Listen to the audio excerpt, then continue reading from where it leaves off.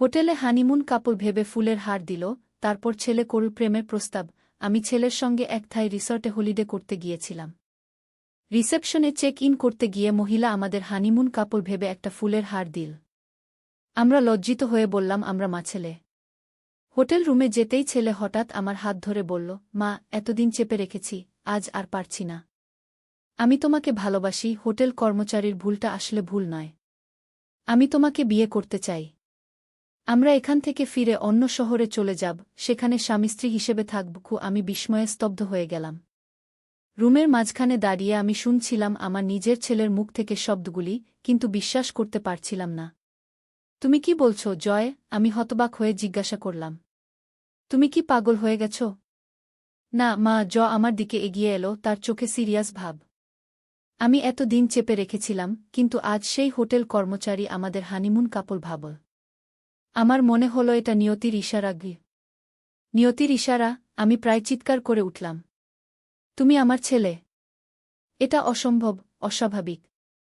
আমি জানি এটা অস্বাভাবিক মনে হয় মা। আমার হাত আরও শক্ত করে ধরল। কিন্তু আমার অনুভূতি স্বাভাবিক। আমি তোমাকে দেখি একজন সুন্দরী নারী হিসেবে, আমার জীবনসঙ্গিনী হিসেবে। আমি তার হাত ছাড়িয়ে নিলাম, কাপা গলায় বললাম, এটা সম্পূর্ণ ভুল।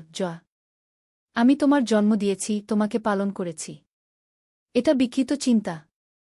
মা। আমার সামনে হাঁটু গেড়ে বসল। আমার অনুভূতি বিকৃত নয়। আমি তোমাকে ভালোবাসি, শুধু ছেলের মতো নয়, একজন পুরুষের মতো। আমি তোমাকে চাই আমার জীবনসঙ্গিনী হিসেবে। কি এই গল্পটি সম্পূর্ণ শুনলে আপনাদের পানি অটোমেটিক বের হয়ে যাবে। যত দ্রুত সম্ভব হাতের কাছে টিস্যু নিয়ে বসে পড়ো।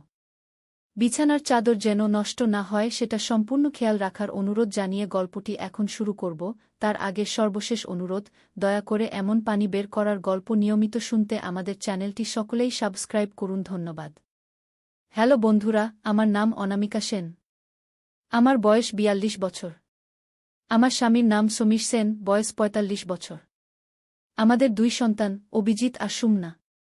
অভিজিৎ ১৯ বছর বয়সী, কলেজে পড়ে। সুমনা ১২ বছর বয়সী, স্কুলে যায়।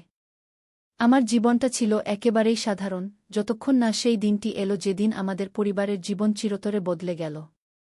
ঘটনাটা শুরু হয়েছিল গত বছরের শরৎকালে। অভিজিৎ তখনও কলেজে ভর্তি হয়নি, ১২ ক্লাস শেষ করে রেজাল্টের অপেক্ষায় ছিল। সমীর ব্যবসার কাজে প্রায় বাইরে থাকত, আর আমি ছিলাম একটি ছোট স্কুলের শিক্ষিকা। সেদিন বিকেলে অভিজিৎ আমাকে ডেকে বলল, মা, তোমাকে একটা বিষয়ে কিছু দেখাতে চাই। আমার ঘরে একটু আসবে? আমি ক্লান্ত ছিলাম, কিন্তু ছেলের মুখে উদ্বেগের ছাপ দেখে ওর ঘরে গেলাম। ঘরে ঢুকতেই দেখি ওর বিছানার উপরে একটা পুরনো বাক্স রাখা, যেটা আমি কখনো দেখিনি। এটা কি অভি? আমি জিজ্ঞেস করলাম। মা, এই বাক্সটা আমি আজ সকালে আমাদের পুরনো গ্যারেজে পেয়েছি। তুমি জানো না, আমি প্রায়ই সেখানে যাই, পুরনো জিনিসপত্র খুঁটিয়ে দেখি। আজ একটা কোণে একদম পেছনের দিকে এই বাক্সটা পেলাম। খুব অদ্ভুত লাগল।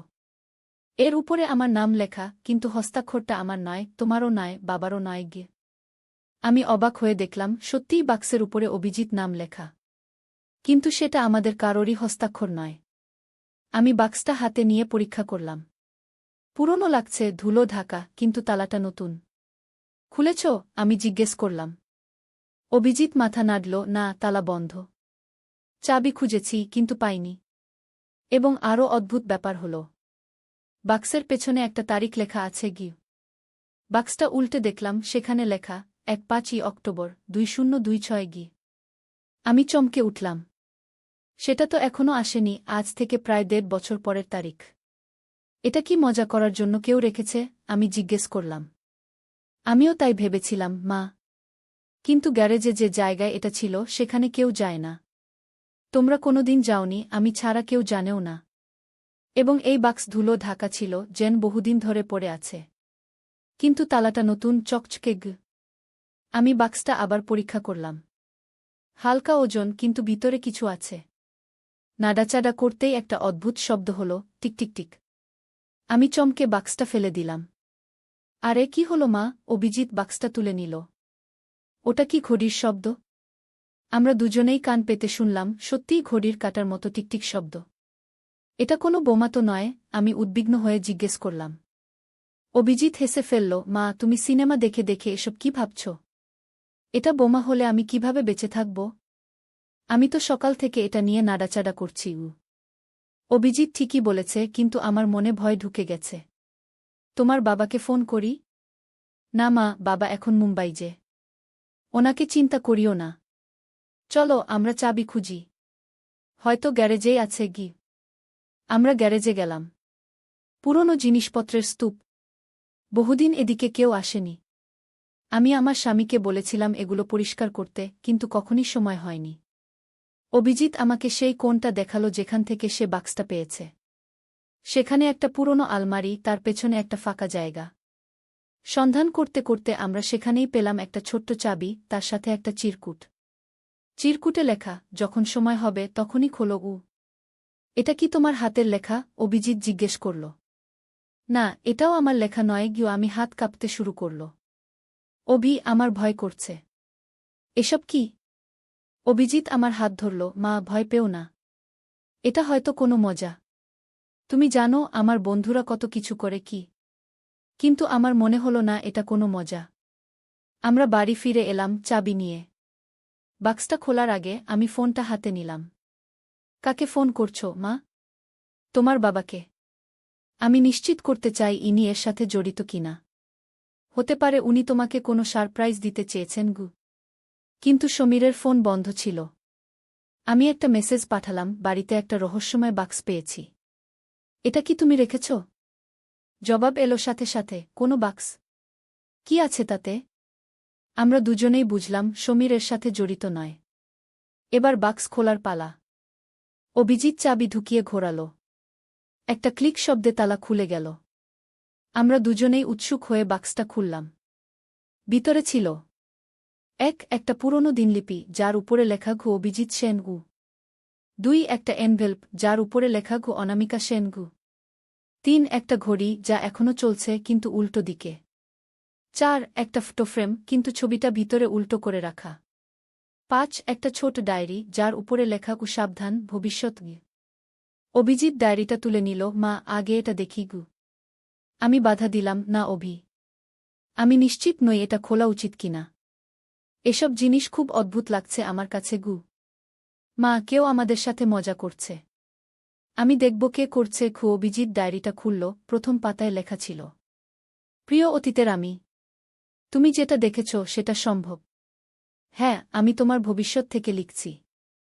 যদি তুমি এই চিঠি পাও, তাহলে আমার প্রযোগ সফল হয়েছে। আমি জানি তুমি বিশ্বাস করবে না, কিন্তু তোমাকে করতেই হবে। কারণ আমাদের পরিবারের জীবনের উপর নির্ভর করছে। আমি অভিজিৎ সেন 2026 সাল থেকে এই বার্তা পাঠাচ্ছি। আমার বয়স এখন 21। আমি সময় ভ্রমণের একটি পদ্ধতি আবিষ্কার করেছি। জিনিসপত্র পাঠাতে পারি অতীতে, কিন্তু মানুষ নয়। তোমাকে সতর্ক করতে চাই, আমাদের পরিবার বিপদে। আমি জানি এটা বিশ্বাস করা কঠিন, কিন্তু তোমাকে করতেই হবে। তুমি এই ডায়েরি খুলেছ, মানে তুমি আমার সাহায্যের জন্য প্রস্তুত। ডায়েরির পরের পাতাগুলো পড়ো। সব নির্দেশ মেনে চলো। সময় কম। মাকে তার এনভেলপ দাও। ফটোফ্রেমের ছবি এখনও দেখো না। ঠিক সময়ে দেখতে হবে। ঘড়িটা উল্টো দিকে চলছে, কারণ এটা সময় গণনা করছে। যখন এটা থেমে যাবে তখনই ফটো দেখবে। তার আগে নয়। আমি তোমার ভবিষ্যৎ, তুমি আমার অতীত। আমরা একই ব্যক্তি। বিশ্বাস করো। আমি অবাক হয়ে এই লেখা পড়লাম। এটা হাসির মতো লাগছিল, কিন্তু ভয়ও লাগছিল। অভিজিতের হাতের লেখার সাথে এই লেখা অবিকল মিলে যাচ্ছিল। এটা কি তুমি লিখেছ? অভিজিৎ মাথা নাড়ল। না মা, এটা আমার হাতের লেখার মতোই, কিন্তু আমি লিখিনি। আমি শপথ করে বলতে পারি। আমি সেই এনভেলপটা হাতে নিলাম। আমার নাম লেখা। খুলে দেখলাম ভিতরে একটা চিঠি। প্রিয় মা, আমি জানি তুমি ভয় পেয়েছ। কিন্তু এটা সত্যি। আমি তোমার ছেলে অভিজিৎ, ভবিষ্যৎ থেকে লিখছি। তুমি সব সময় বলতে, যদি সময় ফিরিয়ে নিতে পারতে তাহলে কিছু ভুল ঠিক করতে। এখন সেই সুযোগ এসেছে। তোমাকে একটা ভয়ঙ্কর সত্য বলতে হবে। বাবা সৎ নয়। আগামী 3 মাসের মধ্যে উনি তোমাকে ছেড়ে চলে যাবেন। সুমনাকে নিয়ে। উনি বহুদিন ধরে আমাদের ঠকাচ্ছেন। তোমাদের বিয়ের আগে থেকেই উনার আরেকটা পরিবার আছে। তুমি বিশ্বাস করবে না, জানি। সেজন্যই প্রমাণ দিয়েছি। বাবার ঘরে আলমারির পেছনে বাদিকের দেয়ালে একটা ছোট্ট দরজা আছে। কেউ জানে না, কিন্তু সেখানে উনি সব গোপন কাগজপত্র রাখেন। এবার উনি কাগজপত্র গুছিয়ে নিয়ে চলে যাওয়ার প্ল্যান করছেন। যেদিন উনি যাবেন সেদিন তোমার জীবন ধ্বংস হয়ে যাবে। তুমি মানসিকভাবে ভেঙে পড়বে, আমিও। সুমনাকে আমরা হারাব। কিন্তু এখন তুমি এটা বদলাতে পারো। 3 দিন পর সকাল 6টায় বাবা বাড়ি থেকে বের হবেন। সেদিন উনি মুম্বাই যাচ্ছেন না, যেমন বলেছেন। উনি কলকাতার বাইরে একটা বাড়িতে যাচ্ছেন, যেখানে উনার আসল পরিবার থাকে। এই যাত্রায় উনি ফিরে আসবেন, কিন্তু 3 মাস পর আর আসবেন না। তোমাকে সেই বাড়ি দেখতে হবে। সেজন্য উনার পেছনে যেতে হবে। অবিশ্বাস লাগছে, তাই না? কিন্তু জেনে নাও, যদি তুমি এখনই না জানো, পরে আরও বেশি কষ্ট পাবে। ভবিষ্যৎ থেকে তোমার ছেলে, অভিজিৎ। পুনশ্চ, মা, তোমাকে আরও একটা কথা বলতে ভুলে গেছি। জানো কেন তোমরা সুমনাকে খুঁজে পাওনি? কারণ সুমনা আসলে বাবার অন্য পরিবারের মেয়ে। তোমার মেয়ে নয়। তোমাকে কখনো বলা হয়নি যে সুমনা দত্তক নেওয়া। এটা বাবার সবচেয়ে বড় মিথ্যা। যখন উনি সুমনাকে নিয়ে চলে যাবেন, বলবেন সুমনা উনার আসল পরিবারে ফিরে যাচ্ছে গিয়ে। আমি চিঠিটা পড়ে কেঁপে উঠলাম। এটা সত্যি হতে পারে না। আমি সমীরকে চিনি, 19 বছর ধরে আমরা বিবাহিত। গিনি এরকম করতে পারেন না। সুমনা আমার মেয়ে নয়। এ কি পাগলামি! কি হয়েছে মা? তুমি ফ্যাকাশে হয়ে গেছ। অভিজিৎ আমার দিকে চিন্তিত হয়ে তাকাল। আমি তাকে চিঠিটা দিলাম। ও পড়ল, তারপর বলল, এটা কি সত্যি হতে পারে মা? বাবা এমন করতে পারেন? সুমনা আমার বোন নয়।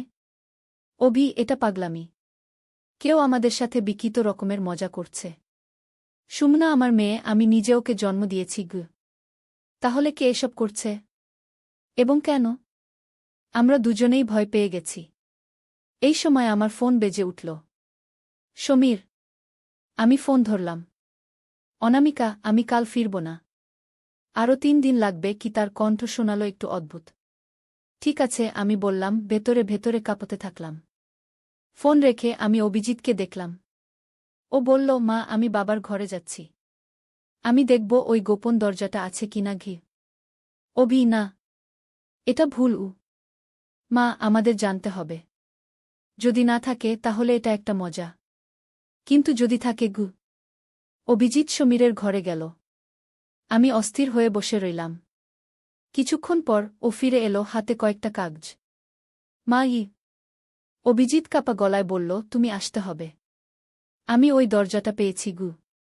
আমরা দুজনে সমীরের ঘরে গেলাম। আলমারি সরিয়ে দেখি, সত্যিই একটা ছোট দরজা। অভিজিৎ সেটা খুলেছে, ভেতরে একটা ছোট্ট তাক। তাকে কিছু কাগজপত্র, একটা ফোল্ডার, একটা ডায়েরি এবং কিছু ছবি। অভিজিৎ ফোল্ডারটা খুলে দেখাল, সেখানে সমীরের আরেকটি বিয়ের কাগজপত্র। সেই মহিলার নাম অঞ্জলি। তারিখ দেখে আমি স্তব্ধ হয়ে গেলাম। আমাদের বিয়ের 2 বছর আগে উনি অঞ্জলিকে বিয়ে করেছেন। তারপর কয়েকটি ছবি, সমীর, অঞ্জলি এবং একটি ছোট্ট মেয়ে। মা, এই মেয়েটা এ কি সুমনা? অভিজিৎ ফিসফিস করে জিজ্ঞেস করল। আমি ভালো করে দেখলাম। ছবিটা অনেক পুরনো, কিন্তু হ্যাঁ, এটা সুমনা। আমার মাথায় ঘুরপাক খেতে লাগল। এটা সম্ভব কিভাবে? ডায়েরিটা খুলে আমরা দেখলাম সমীরের হাতের লেখা। আজ অনামিকাকে বললাম সুমনা জন্মের পর উনি কোমায় ছিলেন, কিছু মনে নেই। উনি বিশ্বাস করলেন। আরও কিছুদিন এভাবে চালাতে হবে। অঞ্জলি জোর দিচ্ছে সুমনাকে ফিরিয়ে নিতে। আমি আর কতদিন দুদিকে চালাব? বিশ্বাস করতে পারছিলাম না। আমার স্বামী, যাকে আমি বিশ্বাস করতাম, যার সাথে আমি সারাটা জীবন কাটিয়েছি, তিনি আমাকে এভাবে প্রতারণা করেছেন। সুমনা আমার মেয়ে নয়। কিন্তু আমি ওকে জন্ম দিয়েছি। অভিজিৎ আমার হাত ধরে বলল, মা, তুমি স্থির হও। আমরা বাড়ি থেকে বেরোব এখন। কোথায় যাব? আমি শূন্য দৃষ্টিতে জিজ্ঞেস করলাম। মাসির বাড়ি। তোমার ফোন নাও, টাকা নাও।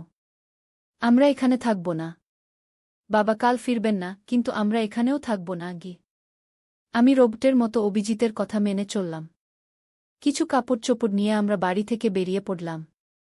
অভিজিৎ সুমনাকে স্কুল থেকে তুলে নিল। আমার বোনের বাড়িতে গেলাম। সেখানে পৌঁছে আমি সব বললাম আমার বোন পূর্ণিমাকে। সে বিশ্বাস করেনি প্রথমে, কিন্তু আমি তাকে ছবি, কাগজপত্র দেখালাম। সে আমাকে জড়িয়ে ধরে কাঁদতে লাগল।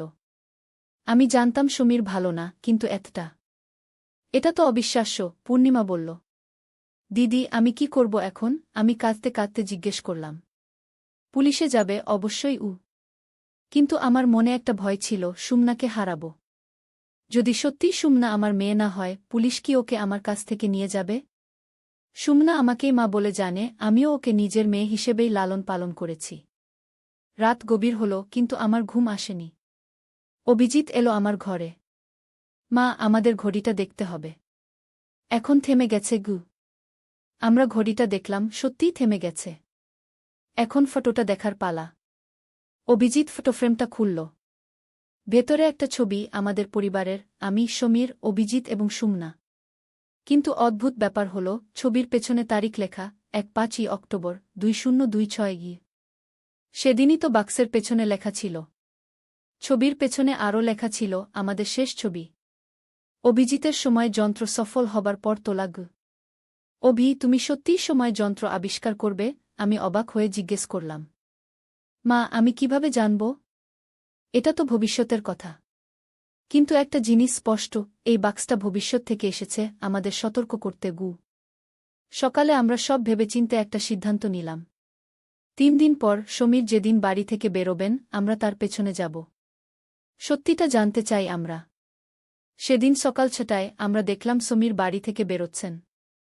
আমরা অভিজিতের বন্ধুর গাড়ি নিয়ে তার পেছনে চললাম। সমীর শহরের বাইরে চলে গেলেন, একটা ছোট গ্রামে। সেখানে একটা সুন্দর কুটির বাড়ি। আমরা দূর থেকে দেখলাম, এক মহিলা এবং একটি ছোট ছেলে, প্রায় ৫ বছর বয়সী, সমীরকে অভ্যর্থনা জানাল। সমীর তাদের জড়িয়ে ধরলেন, যেন তিনি বহুদিন পর বাড়ি ফিরেছেন। মা, দেখেছ? অভিজিৎ ফিসফিস করে বলল। বাবার আরেকটা সংসার। আরেকটা ছেলেও আছে। আমার কান্না পেয়ে গেল। সত্যিই সমীর আমাদের ধোঁকা দিয়েছেন। চিঠিতে যা লেখা ছিল, সবই সত্যি। আমরা বাড়ি ফিরলাম। এবার আমি পুলিশে যাওয়ার সিদ্ধান্ত নিলাম। আমার বোন আমার সাথে গেল। আমরা সব বললাম, সব প্রমাণ দেখালাম। ১ মাস পর আদালতে কেস শুরু হল। বিচারক সুমনার ব্যাপারে চূড়ান্ত সিদ্ধান্ত নেওয়ার আগে ডিএনএ টেস্ট করার নির্দেশ দিলেন। ফলাফল যখন এলো, সবাই অবাক, সুমনা আসলেই আমার মেয়ে। সমীরের সাথে অঞ্জলির মেয়ে নয়। তবে কিভাবে? অঞ্জলি আদালতে সত্যিটা বলল, সমীর তাকে বলেছিলেন যে আমি সুমনার জন্মের সময় কোমায় ছিলাম, কিছু মনে নেই। তাই সুমনা যে আমার মেয়ে সেটা আমাকে বলা হয়নি। আসলে সুমনা সমীর এবং আমার মেয়ে, কিন্তু সমীর অঞ্জলিকে বলেছিলেন সুমনা তার, অঞ্জলির মেয়ে। এভাবে তিনি ২ সংসার চালিয়ে গেছেন। আদালত সমীরকে বিগামির জন্য দোষী সাব্যস্ত করল। তার আগে উনি দেশ ছেড়ে পালাবার চেষ্টা করেছিলেন, কিন্তু পুলিশ তাকে ধরে ফেলেছিল। সমীরকে জেল হল। অঞ্জলির সাথে উনার ছেলেকে আমি আমার বাড়িতে থাকার আমন্ত্রণ জানালাম। অঞ্জলিও প্রতারিত, ঠিক আমার মতো। ২ বছর পর, ২০২৬ সালের ৫ই অক্টোবর, অভিজিৎ তার কলেজের ল্যাবে একটা আবিষ্কার করল, অতীতে বার্তা পাঠানোর একটি যন্ত্র। সেদিন আমরা সবাই মিলে একটা ছবি তুললাম, আমি, অভিজিৎ, সুমনা, অঞ্জলি এবং তার ছেলে রোহন। একটা নতুন পরিবার। সেদিন রাতে অভিজিৎ তার যন্ত্র ব্যবহার করে সেই পুরনো বাক্সটা অতীতে পাঠিয়ে দিল, ঠিক ২ বছর আগে। এবং এইভাবে আমরা আমাদের নিজেদের ভবিষ্যৎ পরিবর্তন করলাম। সমাপ্ত।